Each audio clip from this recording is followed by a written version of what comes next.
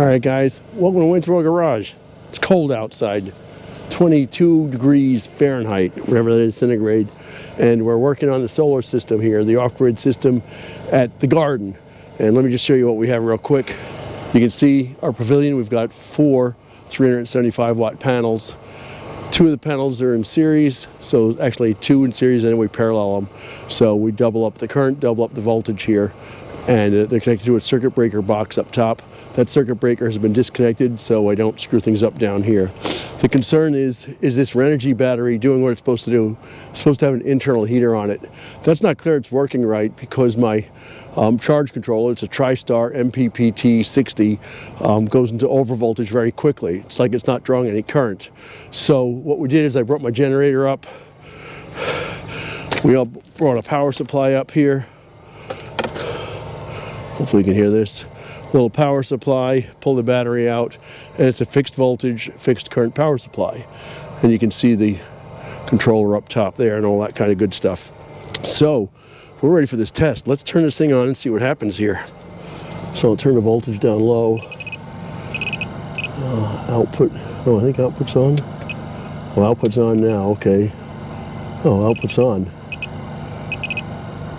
Huh. Yeah. Well, output's on, there's no damn. Huh. Let's leave it at 28 volts for a minute and see if it draws some current. I'll make sure my course current is where it's supposed to be. I'm not drawing any power out of this right now, which is kind of interesting. And that's exactly what I thought.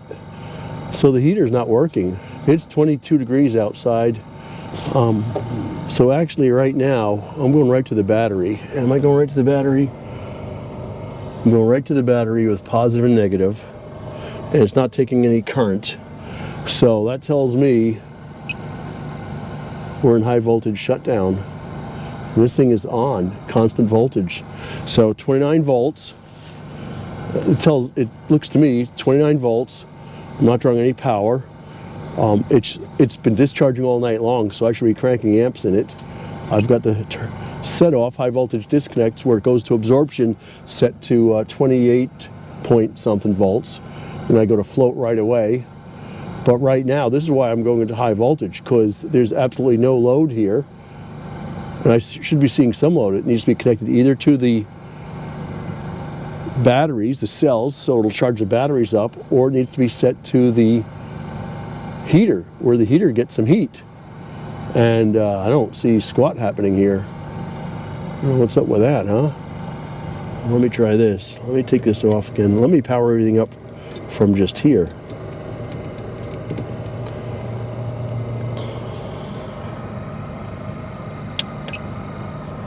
Okay. Oh, that's interesting. Okay, so there we go. So now what I'm doing is I'm powering up the system from this little power supply, and that's a good test actually. It tells me it draws 11 watts or half an amp.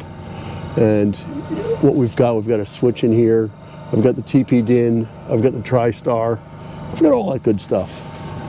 But it's a good test because it's proving to me, it proves that when I power this up, I want to take current, and I can't. So that's kind of an interesting little setup there. I can't put any power into it. Maybe what I'll do is I'll go up to 29 volts and see if it works at 29 volts or something like that. I don't want to go higher than 29 because that's high voltage disconnect. When it gets to 27 or 28, that heater ought to be turning on, and it's not turning on. So this is what the system normally draws.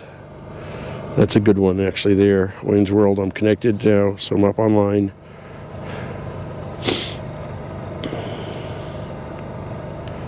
Yep. So there's our link. But once it's up, fired up and running, we draw 28 watts, 1.2 amps out of it, which is good. That's kind of what we assumed. So I'm gonna turn this guy off. Here's power off. Everything went power down. Try this one more time. Power on. 28 volts. You would assume I'd get some heat in action here. and I'm getting no heating action. I'm going to let it sit for a minute because it appears after it sits for a little while it turns on. But you know, when you put 28 volts into this battery, and it does charge when it gets warm, it works. It's like they left the heater out. What's wrong with you guys? Let me just let it go for a minute. I'm at constant voltage, so I'm not going to doink with it. Let me hit the restroom.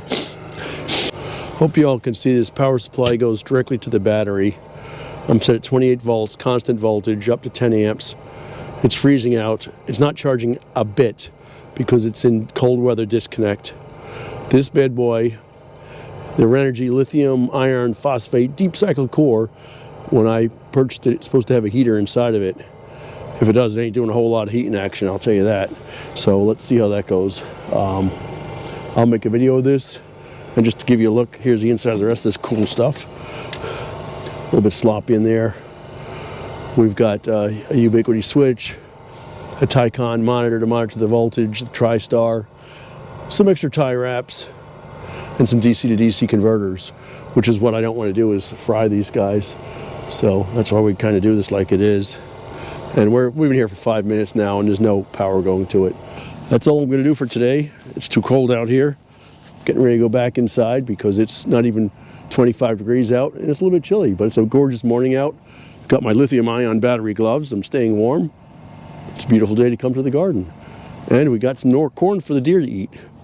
We don't shoot any deer around here, but it is nice to put some corn out. There's our corn. Check it out.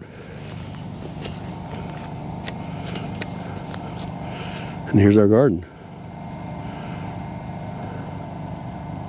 And here's our beautiful sunrise. It is gorgeous out. We'll be making juice in no time. Quick video. Thanks so much for watching, guys. Take care. Kyle, I think that's your name. Ken, Kyle, whatever it is, from Renogy. You tell me, it ain't working.